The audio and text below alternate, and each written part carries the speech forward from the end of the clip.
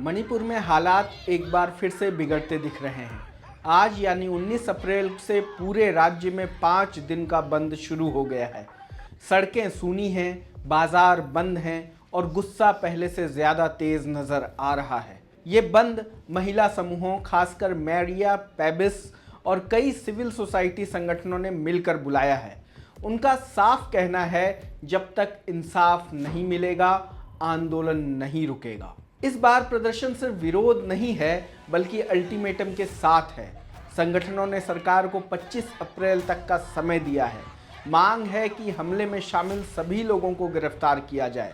अगर ऐसा नहीं हुआ तो आंदोलन और तेज किया जाएगा। इधर जांच भी तेज हुई है। मामला अब NIA यानी नेशनल इन्वेस्टिगेशन एजेंसी को सौंप दिया गया है। सरकार का कहना है कि कुछ संदिग्धों को गिरफ्तार भी किया गया है, लेकिन लोगों का गुस्सा अभी भी शांत नहीं हुआ है, क्योंकि लोगों को लगता है कि कार्रवाई धीमी है और सुरक्षा में बड़ी चूक हुई है। पूरे घाटी इलाके में माहौल तनावपूर्ण बना हुआ है। कई जगहों पर कर्फ्यू में थोड़ी ढील दे दी गई है, लेकिन हालात सामान्य नहीं हैं। सड़कों पर बैरिकेड है, कई जगहों पर लोग खुद रास्ते रोक रहे हैं, स्कूल बंद हैं, इंटरनेट सेवाएं भी प्रभावित हैं, आम जिंदगी लगभग ठप हो चुकी है। दरअसल ये गुस्सा अचानक नहीं फूटा। इसकी जड़ में 7 अप्रैल की वो घटना है जिसने पूरे मणिपुर को हिला दिया।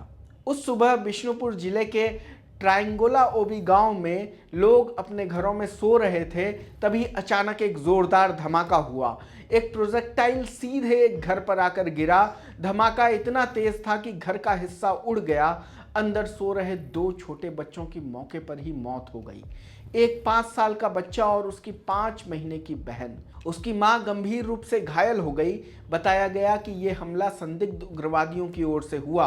हालांकि अलग अलग पक्षों ने अलग अलग दावे किए, लेकिन इस घटना ने पूरे इलाके में डर और गुस्सा भर दिया।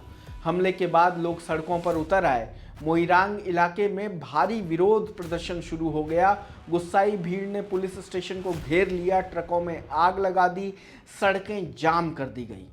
लोग सवाल पूछ रहे थे, आखिर हमारी सुरक्षा कौन करेगा?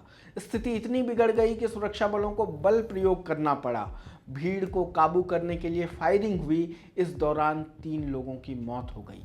इसके बाद से मणिपुर में विरोध प्रदर्शन का सिलसिला थमा नहीं है। दिन में भी प्रदर्शन हो रहे हैं और रात में भी।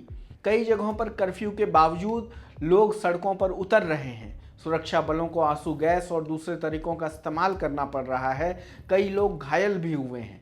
इस पूरे मामले ने लोगों के अंदर एक गहरी नाराजगी पैदा कर दी है। लोगों का कहना है कि बार बार आश्वासन दिए तो जाते हैं, लेकिन जमीन पर हालात नहीं बदलते। खासकर घाटी और पहाड़ी इलाकों के बीच जो तनाव है वो लगातार हिंसा में बदलता जा रहा है। ट्रोंगला ओबी गांव की लोकेशन भी इस तनाव को और बढ़ाती है। ये इलाका घाटी और पहाड़ी इलाकों के बीच पड़ता है और पिछले कुछ सालों में यही इलाका सबसे ज्यादा संवेदनशील बना हुआ है। अब जो बंद बुलाया गया है वो सिर्फ एक घटना के खिलाफ नहीं है, ये उस पूरे माहौल के खिलाफ है जिससे लोग खुद को असुरक्षित महसूस कर रहे हैं। सबसे बड़ा सवाल अब यही है कि क्या इस बार सरकार हालात संभाल पाएगी? क्या दोषियों को सज़ा मिलेगी या फिर ये आंदोलन और बड़ा रूप लेगा? क्योंकि इस बार गुस्सा सिर्फ सड़कों तक सीमित नहीं है। ये गुस्सा सरकार से भरोसे के टूटने का है, और जब जनता का भरोसा टूटता है तो हालात सिर्फ कानून व्यवस्था के मुद्दे नहीं रह जाते, वो एक बड़े संकट में बदल जाते हैं। लोकमत हिंदी के इस रिपोर्ट में इतना ही। देश दुनिया की तमाम खबरों को देखने के लिए जुड़े रहें हमारे साथ। धन्यवाद।